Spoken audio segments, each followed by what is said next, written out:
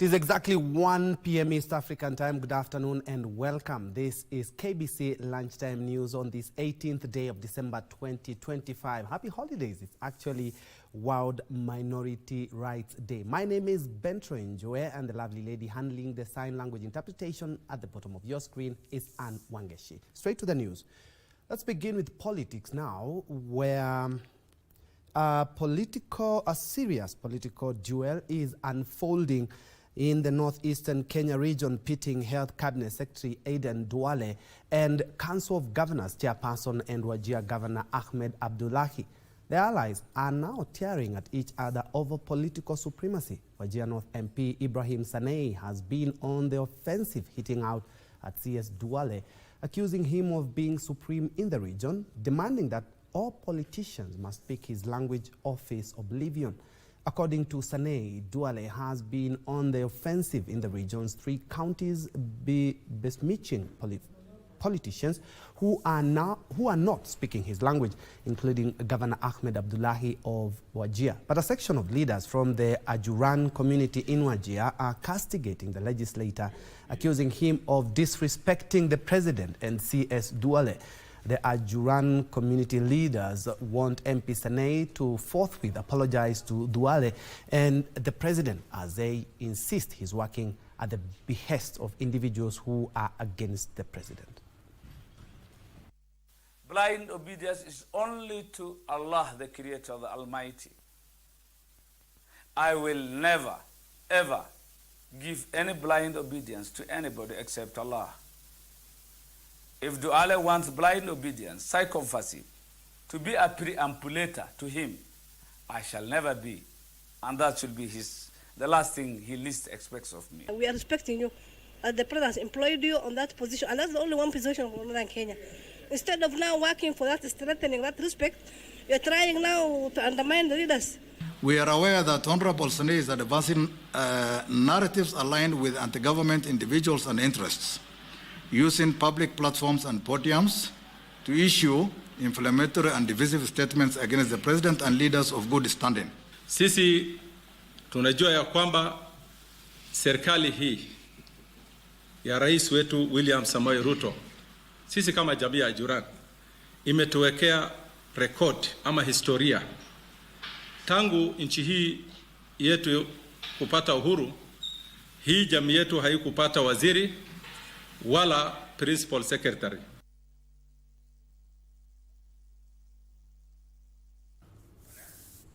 And away from politics, the partial opening of the Kamandura underpass has brought relief to motorists plying the busy Nairobi-Nakuru highway, especially during this festive season when traffic volumes surge.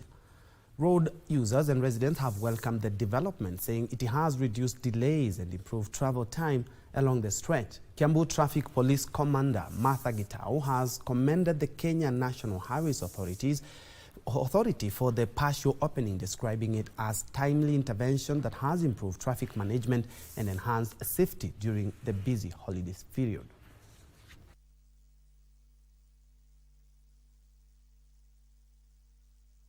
Kwa hakika hii daraja imetusaidia.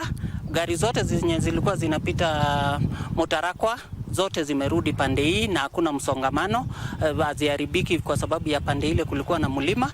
Sasa hapa haziharibiki, zinapita mzuri sana na barabara imefunguka, na tunashukuru Kenha kwa hiyo mikakati. Changamoto zilikuwa mingi sana. Ile barabara ya Motarakwa ni kidogo na iko mlima na hizi roli ni mzito, ikikuja ikiharibika hapo ingine kupita inakuwa shida sana. Jamu ndio ilikuwa mingi, lakini zinaendelea kupungua. Sasa ile kitu tungeomba ni pahali imebaki watumalizie, ndio tukue tukienda manyumbani tunaingia, mtu akitaka kwenda kwake anaingia na njia mzuri. Wakati hii bridge haikuwa imefunguliwa, ilikuwa na maji mingi hapa chini sana, hatungeweza kupita na magari. Pia kulikuwa na msongamano ya magari ya kwenda Mai Mahiu na yale yanaenda Nairobi. Kwa hivyo kufunguliwa kwa hii barabara wakati huu wa Krismasi, itakuwa msongamano utakuwa umeisha. Saa ile ilikuwa imefungwa, kulikuwa na msongamano wa magari, lakini saa hii imefunguliwa. tunaona ni faida kwetu, si tunauza matunda. Moving on, Kenya is considering a major shift in labor law that could extend full workplace protections in private homes as stakeholders back the adoption of international convention aimed at safeguarding domestic workers who remain vulnerable during or under existing legislation. During a public consultation forum, labor unions and government officials acknowledged that current laws are inadequate, leaving many domestic workers exposed to abuse, poor working conditions, and limited avenues for justice, and said the proposed Convention 189 and Convention 190 would recognize domestic workers as full employees, strengthen enforcement, and allow inspections in households employing domestic staff.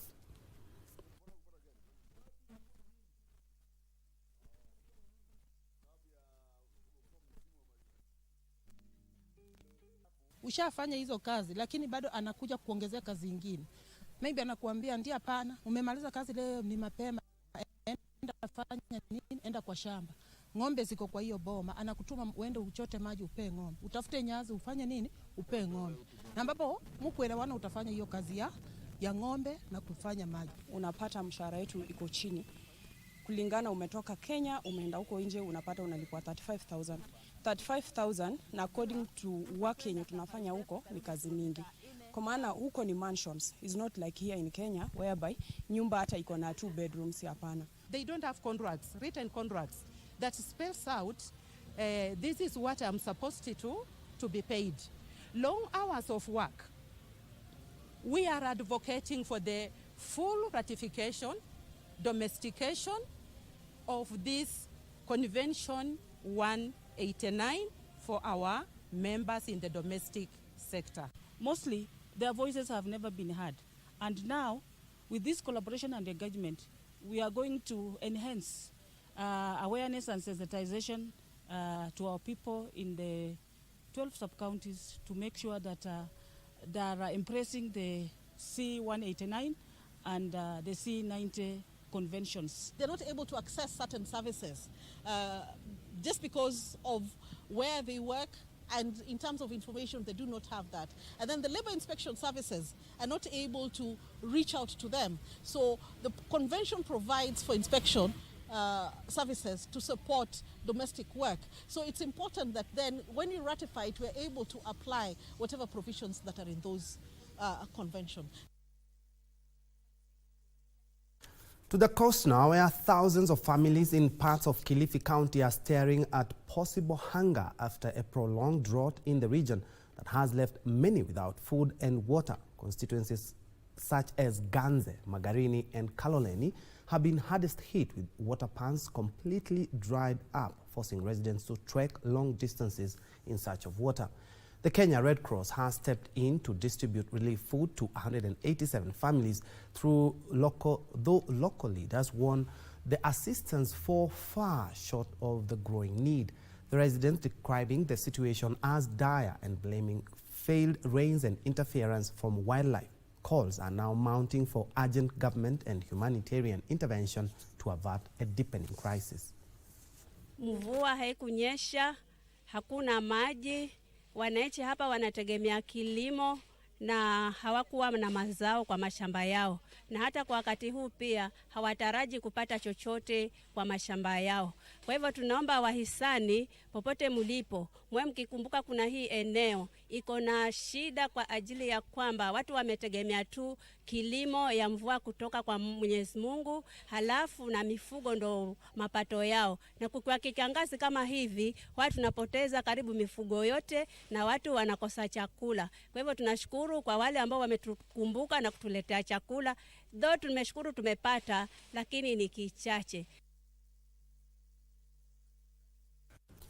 Elsewhere, the government has secured over 15,000 job opportunities for Kenyan youth abroad. Principal Secretary for Labour and Skills Development, Shadrach Modime, has announced that Kenyan youth can now access jobs in Canada and other countries, with positions ranging from paramedics to construction workers earning up to 10,000 per day. This and much more in our county news roundup.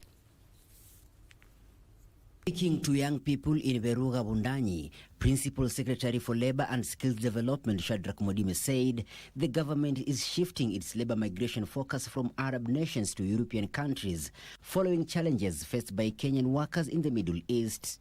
Nilizunguka mahali kote huko nikibisha na kukutana na mzungu yule wa serikali, mzungu yule wa kuandika watu, na mzungu yule mwanasiasa, kwa sababu wote lazima niwaweke kwa meza tuelewane na hao.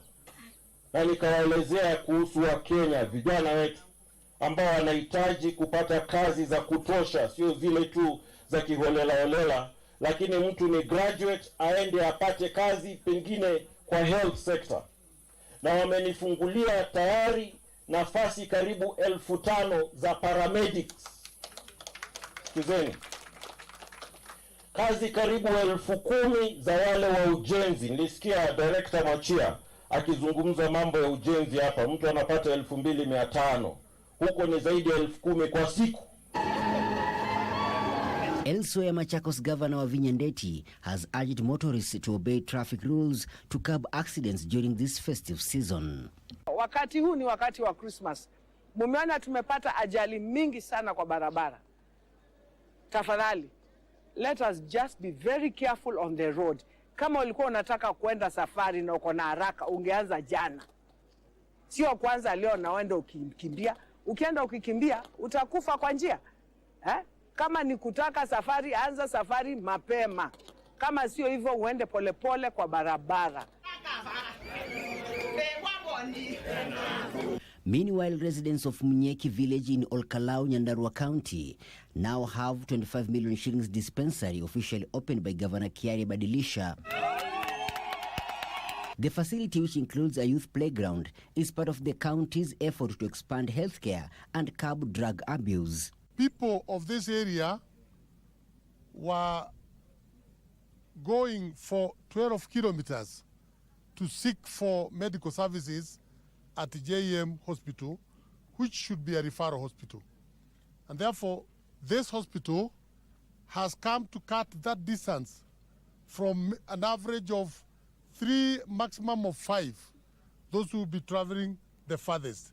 And therefore, it's a blessing. Kwa tumeangoja kwa hamu kabisa. Watu wa maeneo haya walikuwa wanaenda hospitali katika sehemu ya JM, wengine wanaenda mpaka Nakuru na wengine wanaenda mpaka Nyahururu kule North Kinangop Hospital. Lakini sasa kuanzisha kwa hii hospitali ambayo tumeanzisha siku ya leo ni changamoto kubwa sana sisi kwa wakaaji wa eneo hili waweza kuitumia katika hali nzuri kabisa. Finally, youths in Kiambu are being encouraged to embrace digital skills as a route to employment and self-reliance. The call came during the official launch of the Nduberi Jitume Center, marked by the Cabinet Secretary for Information, Communications and Digital Economy, William Kabogo. Hii masomo tunawapatia ni ya kujiajiri nyinyi wenyewe. Mheshimiwa Rais amepeana kompyuta zaidi ya 200,000 ndani ya Kenya in the last 2 years.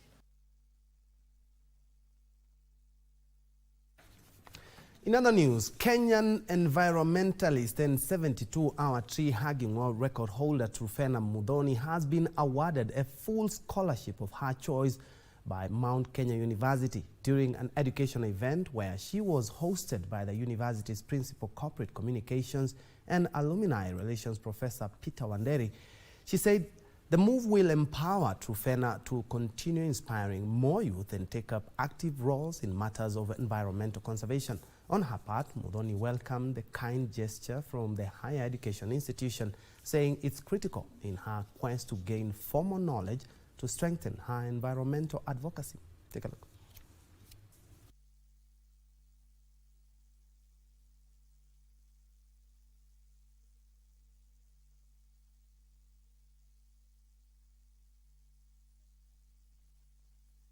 It's timely, and she feels what she has done, she is doing it for the country, good of the country, and she is representing the young people. And I'm sure it is an opportunity for them to learn from each other and to do their best. The university appreciates extra mile that anybody, not only the young people, but even the adult, anybody who does an extra mile in support of the community and society.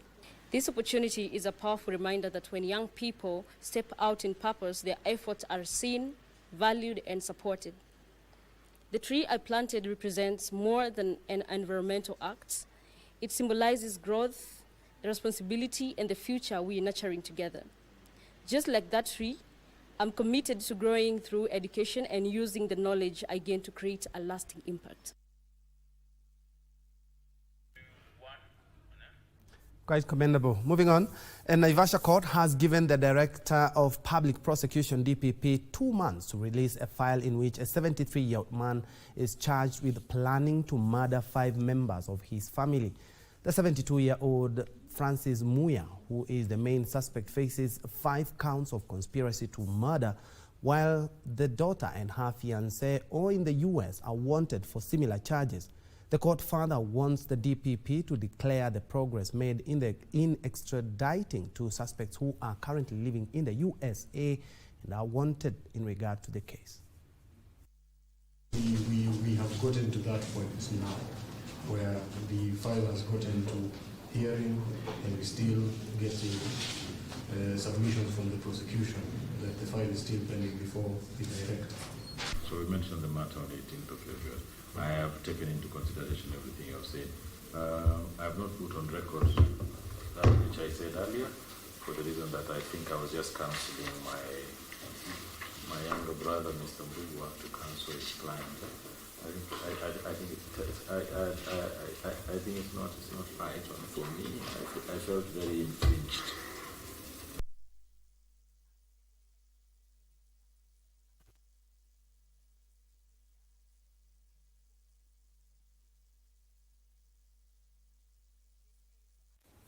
Farmers in Ilbisil, Kajiado Central Sub-County are raising the alarm over the resurgence of donkey theft in the region.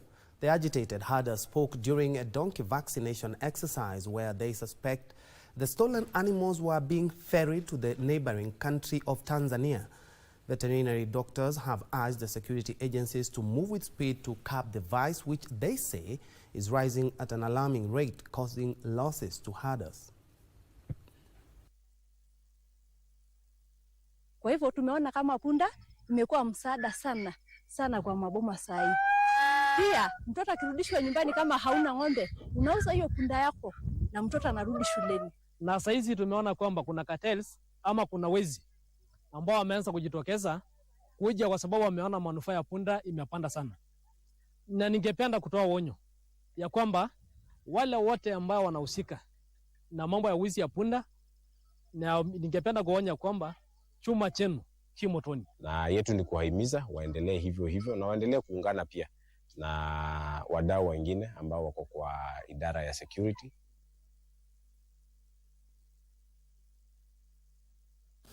The county government of Mombasa, through its No Child Left Behind program, has assured learners that the program will continue next year. At least 30,000 students from the county have been benefiting from 5,000 shillings each to support their education. Addressing residents of Jomvu during a cultural event, Mombasa Governor Abdul Swamad Sharif Nasil pledged to increase the amount and ensure no student is left at home due to lack of fees. The program has been sponsoring thousands of day secondary school students for the past 2 years.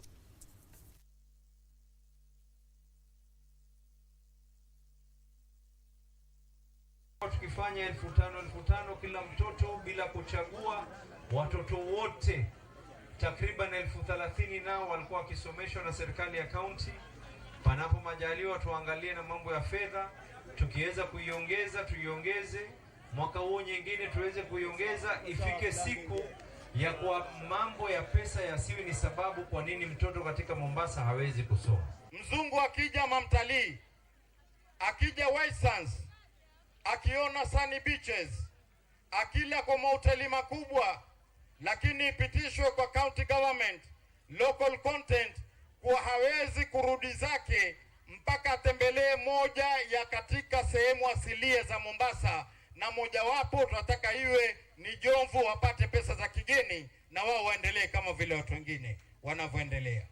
Ile ya Wachangamwe pia for the first time, kwa sababu tumetengeneza urafiki mzuri na governor pamoja na Mheshimiwa Badi ataifanyia sponsorship iwe kama hii, na iwe itakuwa ni mwanzo ya kuwa hata sisi tuweze kuwa na shamra na sherehe, ili watu wetu waweze kurudia mila na desturi zao. Moving on, Correctional Services Principal Secretary Dr. Salome Biko has challenged inmates to take advantage of rehabilitation and vocational programs offered within correctional facilities, noting that skills development is key to successful reintegration. Speaking when she joined inmates and staff at the Loitoktok GK prison for a special Christmas luncheon and end-of-year celebration, the PS reaffirmed the government's commitment to enhancing the values of hope, dignity and rehabilitation of inmates. During the celebrations, which saw the inmates enjoy a special meal and receive an assortment of goodies, including new uniforms and beddings, the Principal Secretary for Correctional Services, Dr. Salome Biko, reaffirmed the government's commitment to improving infrastructure, enhancing rehabilitation and promoting the welfare of officers and inmates. The PS challenged inmates to take advantage of rehabilitation and vocational programs offered within correctional facilities, noting that skills development is key to successful reintegration.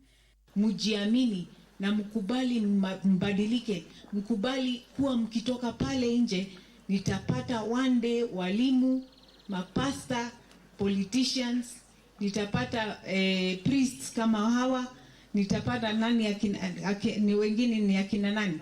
Farmers, nitapata kila mtu ambaye amekuwa a responsible citizen.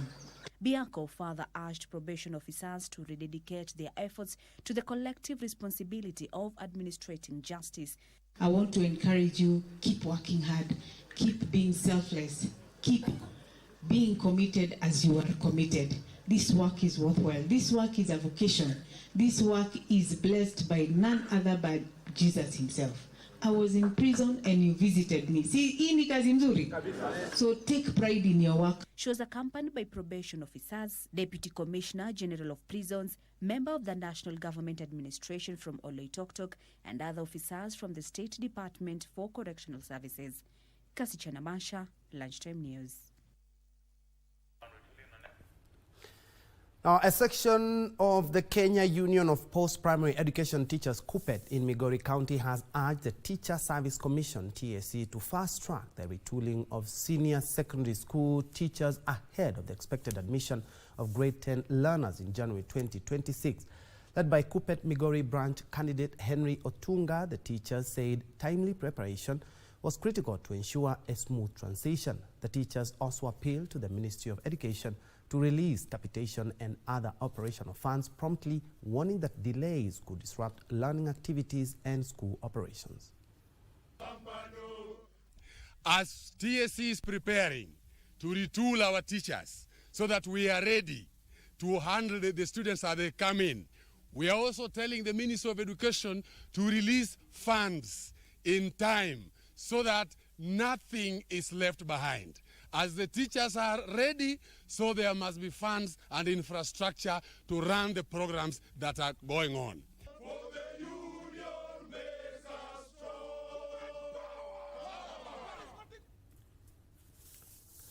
The State Department for Housing and Urban Development has commenced a 3-day induction program for newly recruited interns ahead of their deployment to affordable and institutional housing projects across the country in January 2026. 5,000 graduates qualified to join the first cohort of the affordable housing program for 1 year. Central Region Affordable Housing Coordinator Albert Gakuru said the government is banking on the support of the interns to deliver on ambitious infrastructure development agenda.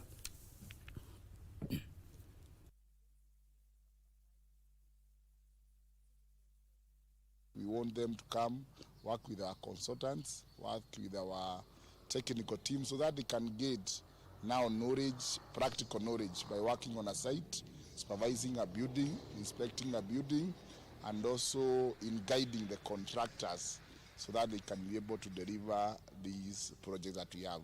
This support group of the young people who are employed will help the department in implementing its objective, which is to complete the affordable housing project.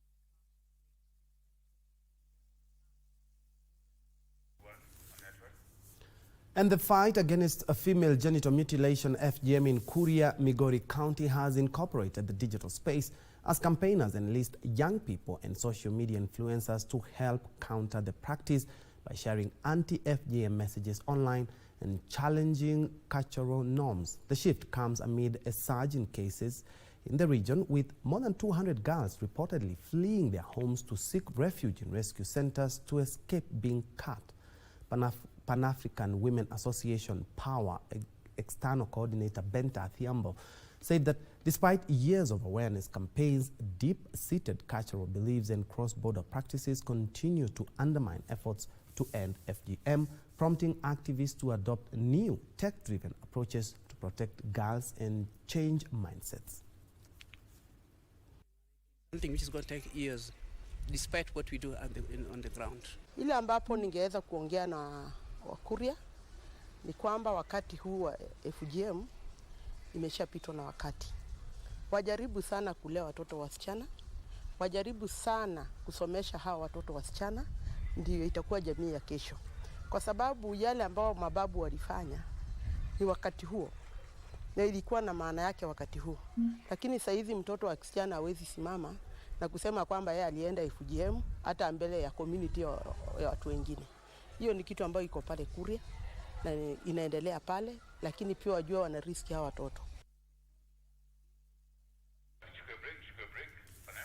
At about 26 minutes past the top of the hour, due for a fast break, but when we come back, I still have more news, even in business, and the latest from the Carabao showpiece last night.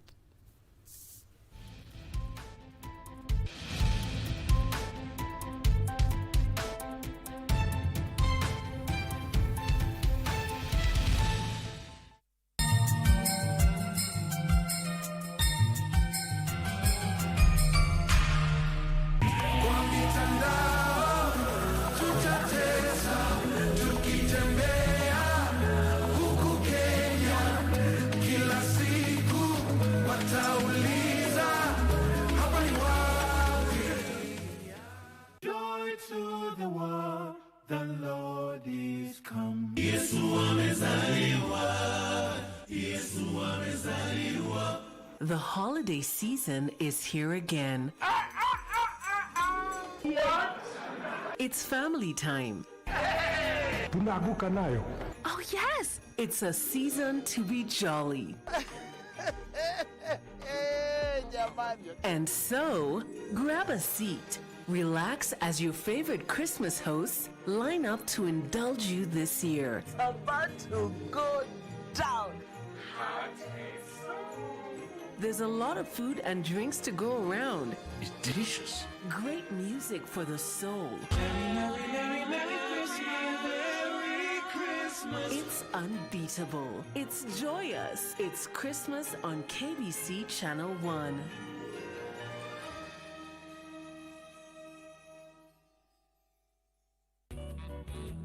Nyanya wa ajabu sana. Sikuwa na njia nyingine. Mbona hukuniambia? Ilinibidi nifikirie haraka sana. Una kichwa kigumu, una ujeuri mwingi na unamdharau mamako sana, kisha ukaribu uhusiano wetu. Acha nikwambie Tumaini, utaipata mwanamke kama mimi. Hebu niangalie vizuri. Niangalie na uniangalie vizuri tena.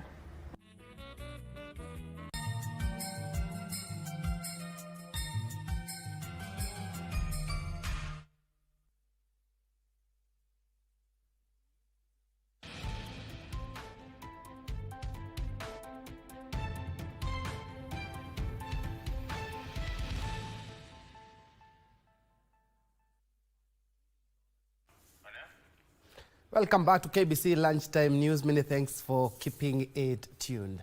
Narok Governor Patrick Ntutu has appealed for calm and peaceful coexistence among communities living in Longorian and Ongata Baringo areas of Transmara South, following rising tensions over disputed boundaries and land ownership that have left hundreds displaced. Speaking in Kilgoris after a day-long engagement with the affected communities, Governor Tutu called for residents to reject violence and instead embrace a dialogue as a lasting solution to the conflict. The governor warned against inflammatory remarks by some politicians, saying reckless political incitement has fueled the clashes. More than 109 families have reportedly been rendered homeless due to the unrest, a situation the governor attributed largely to irresponsible political rhetoric. We want to report that the national government security team of the county and the of the two sub-counties are on the ground, and action has already been taken. We know that there were a number of people who were injured, and also some homes were burned, and some children and women have moved to safer grounds, which is the schools. We have already ordered some foods and blankets so that we take care of those women and children who are in schools. But I want to assure you there is an operation going on right now to make sure that that stops completely. We've been having meetings here in this office for the last 3 days to try and consult with the communities around there, between those the Angata people, the people from Orgorian, and as well as the people from here, Ngararu and Noretet. And we have made a decision, and the governor has said it, that let the issue first and foremost be treated as a security issue. And the other underlying issues, we will go and address them in the meeting which has been called in Narok by the governor.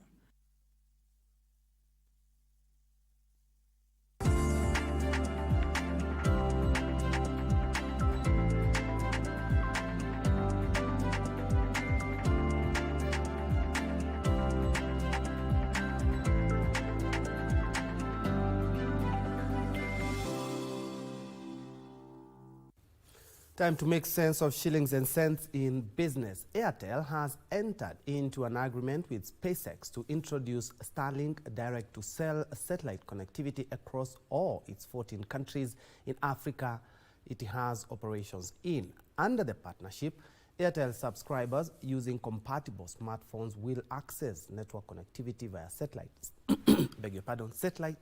Starlink satellite in locations where terrestrial mobile coverage is unavailable. Becomes the first mobile network operator in Africa to offer Starlink direct-to-cell services. The milestone follows an agreement between Airtel Africa and SpaceX that will see Starlink satellite-to-mobile technology integrated into Airtel's network across all its 14 African markets, which collectively serve about 174 million subscribers. The partnership was driven by the persistent challenge of extending reliable mobile coverage to sparsely populated and hard-to-reach areas where rolling out conventional terrestrial infrastructure is often costly and technically difficult. The service is expected to begin in 2026 with data speeds expected to be up to 20 times faster than current satellite-to-mobile capabilities. Airtel Africa and Starlink say they will continue exploring additional areas of collaboration as part of broader efforts to bridge the digital divide and accelerate digital inclusion across the continent.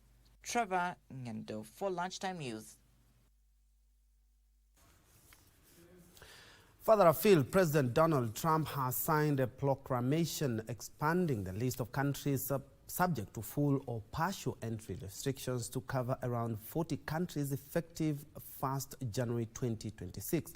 Angola, Tanzania, Nigeria, Zambia and Zimbabwe are among African countries affected by the proclamation.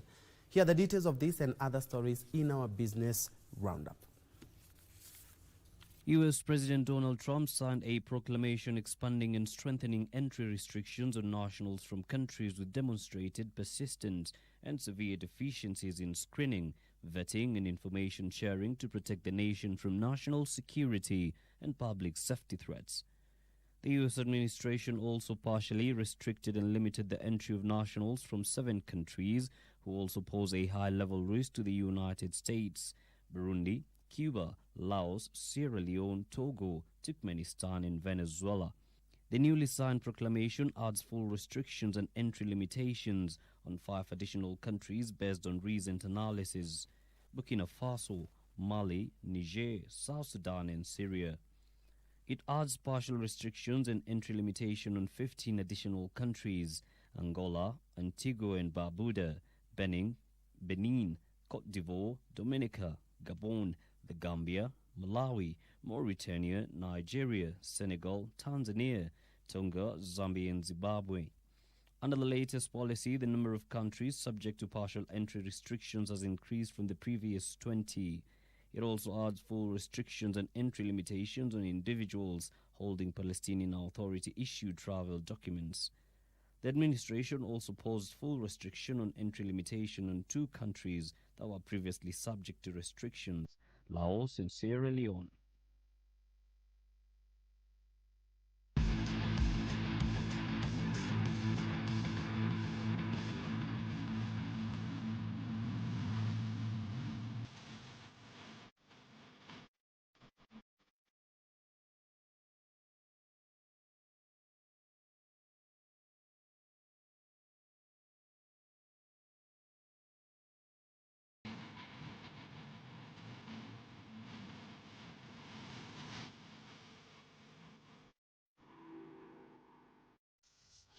And in sports, Murang'a Seal will face reigning champions Kenya Police in the Football Kenya Federation Premier League this afternoon. The match will be broadcast live right here on KBC Channel 1 from 3 p.m. and its affiliate radio station, Radio Taifa. There will also be 2 other Premier League matches on the card today as Kariobangi Sharks play Bidco United at the Kasarani Annex, while AFC Leopards will lock horns with Ulinzi Stars at the Nyayo National Stadium. Kenya Police sits in the 3rd place on the log with 21 points after 11 league matches, while Murang'a Seal are in the 16th position with 12 points after 12 league matches. Sasa ameshinda kumaliza Davidi Irishura Kiplangat. Merudi kwa Kebrano Wafula Wanyonyi. Mimina ndani huko ameteleza. Anao nafasi Victor Haki Akwanyi. Aliwafunga Mathare United. Leo tena nafunga back to back. Akiwafunga Mafande na kuwapa tumaini mashabika wa Murang'a Seal. Ann Arusi netted a brace as Kibera soccer women thumped reigning champions Police Bullets 4-2 in a Football Kenya Federation Women's Premier League match that was played last evening at Marist University grounds, while Georgina Najala lone goal secured a win for Vihiga Queens against Trinity Starlets. Soccer women were on top form as they faced reigning champions Police Bullets in their 9th Premier League match this season. Ann Arusi opened the scoring for Kibra in the 14th minute before Grace Wekesa added a second in the 29th minute.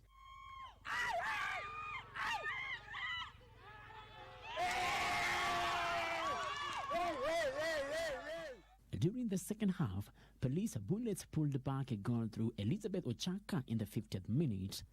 Kibera responded through Arusi, who netted her second of the day in the 54th minute, making it 3-1. Police added their second goal in the 65th minute through Lona Nyabuto, but Faith Mboya scored an injury time goal to make it 4-2 for Police Bullets.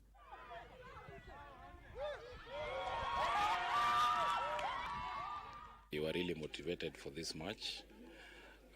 Unfortunately, we went ahead fast, but again we could not hold on because we have to give it to Kibera because they showed real character. They fought really hard. From yesterday's training, you know, everybody was very optimistic. You know, there was a belief. You know, we've struggled. You know, we're playing good football, but we've been struggling to score goals. You know, but there was this energy yesterday at practice that we knew we were going to win. The result left Police in the 3rd position on the log with 16 points, while Kibra sit 8th with 11 points. In another match, Georgina Nanjala's lone goal secured a win for Vihiga Queens against Trinity Starlets. Frederick Moki for Lunchtime News.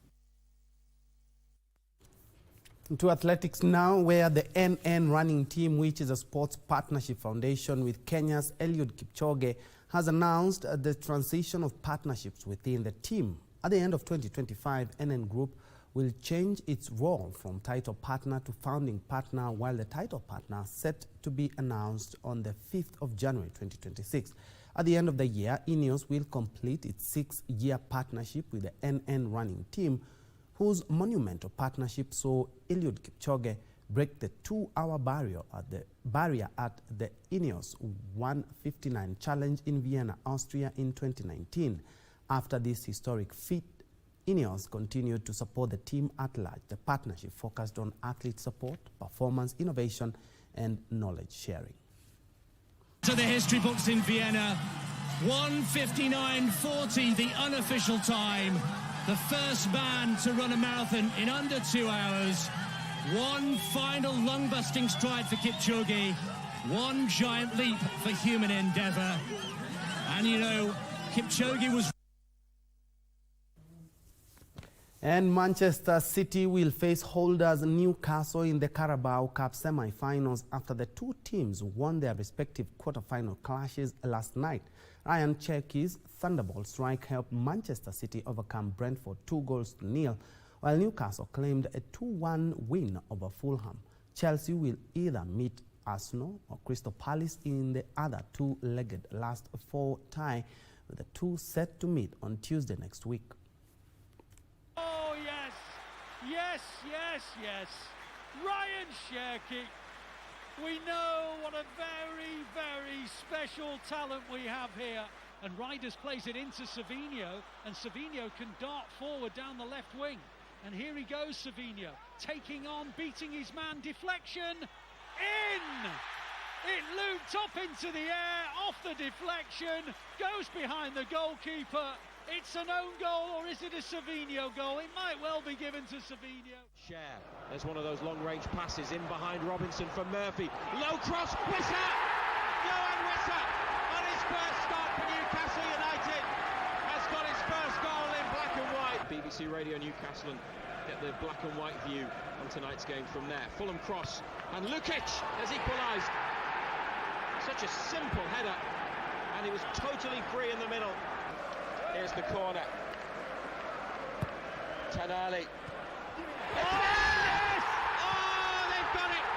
Sandro Tanali's corner, and it's Lewis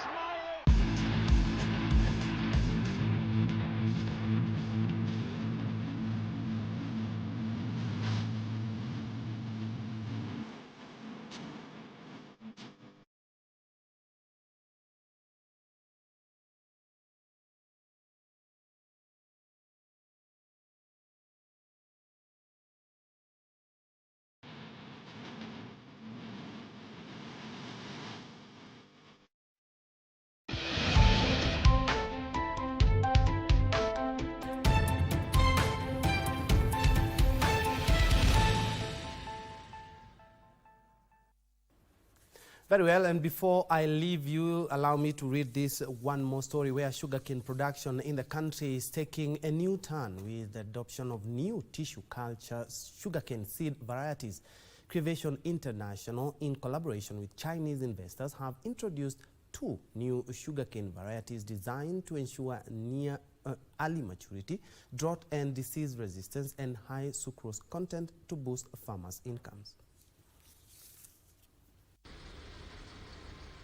With the average sugarcane production in Kenya standing at approximately 60.52 tons per hectare, far below the potential yield of between 90 and 150 tons per hectare, efforts are underway to improve productivity through innovation.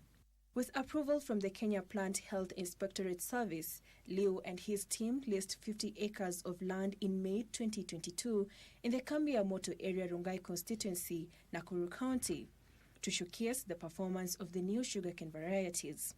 The trials involved two varieties, which include Golden Fruit 2, which is being developed for industrial sugar production, and Golden Fruit 1, intended for the manufacturing of sugarcane juice. Once it's get mature, it's going to be a yellow color, more yellow than this one. So it is yellow, similar to gold. Also the value of the sugarcane. The sweetness is about 18% sucrose,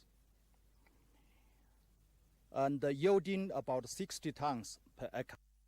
Liu reveals that the improved seed varieties whose technology originates from China mature within 7 to 10 months compared to the most varieties in the local markets that take between 18 to 24 months. We call it the second generation. After plantation, it's growing up to 1.5 meter. Then you are going to get about 10 cuttings, minimum 10 cuttings, but the color changing to the yellow. From one seedling, you are going to get minimum 200 up to 400 seedlings, the cuttings you replant again. The agripreneur further notes that the new varieties offer increased sucrose content and higher overall yields, enhancing profitability for farmers in key sugar-growing regions.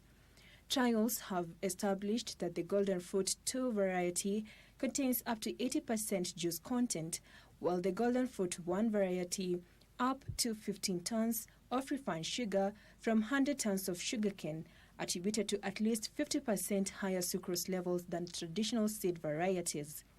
The varieties are expected to be released to the market in June 2026, subject to be approved by KFIS. Sylvia Gatti for Lunchtime News.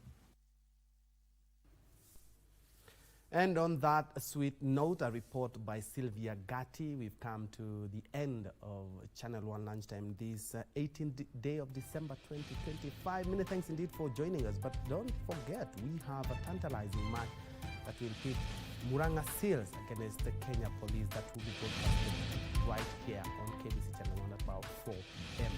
Thank you so much indeed for joining us. My name is Njue. My colleague on the sign language interpretation has been Ann Wangeshi. I wish you a blessed, fantastic afternoon. Happy holidays. Merry Christmas. I'll see you again some other time. Have a good one.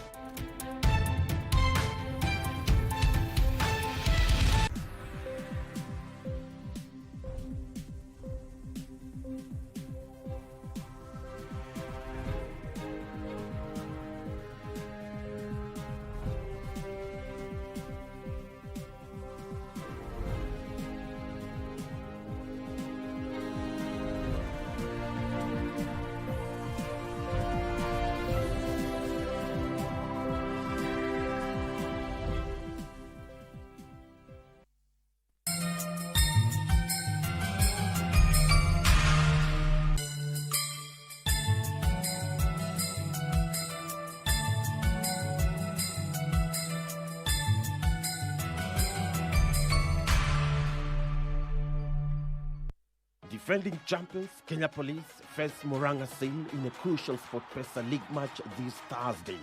Both teams are seeking wins after securing draws in their previous league fixtures. Amemtoka uzuri Tony Musa, penyeza pass, lovely! The highly anticipated match takes place at SportPesa Arena in Murang'a. Catch the action live on KBC Channel 1 this Thursday, 18th December, beginning at 3 p.m. live on KBC Channel 1, your true sports partner. There's no reason to break up with you because of something that happened before I was even a part of your life. What do you see in that Lucia that Daniela doesn't have? What's so special about that girl that makes you head over heels for her? Oh, who knows what tricks she did to get into your head. Come on, tell me. I don't know, Mom. I absolutely want nothing to do with you, do you understand? I don't want to see your face ever again. Who is Lucia? She's my older sister, and I hate her with all of my heart.